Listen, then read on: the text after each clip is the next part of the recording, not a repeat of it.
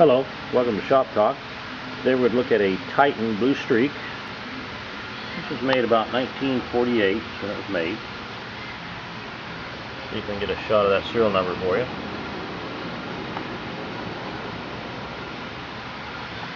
This is 2-cylinder. Runs good, it just needs some cosmetic.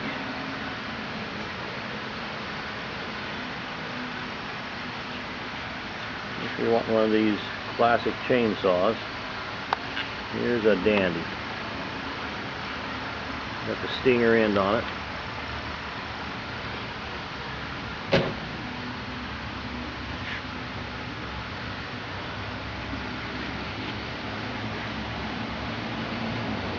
And we'll fire it up here in a second.